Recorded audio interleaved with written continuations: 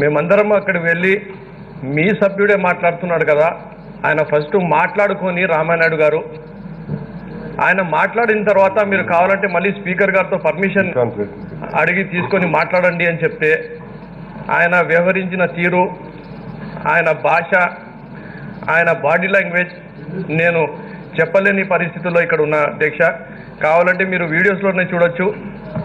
ఆయన చేసిన హావభావాలు ఏవైతే ఉన్నాయో అవి చెప్పుకుంటే ఈ సభ మర్యాద పోతుందేమో అని చెప్పి నాకు అనిపిస్తుంది అధ్యక్ష. చాలా బాధతో ఈరోజు మేము చెప్తున్నాము. ఆయన ఈ విధంగా మాట్లాడడం అనేది చాలా బాధ కలిగించింది నాకు.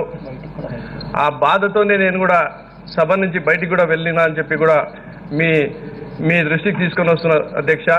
అంత సీనియర్ 40 years ఇండస్ట్రీ అని చెప్పుకునే చంద్రబాబు నాయుడు గారు మరి ఇలా ఎందుకు వ్యవహరిస్తున్నారు?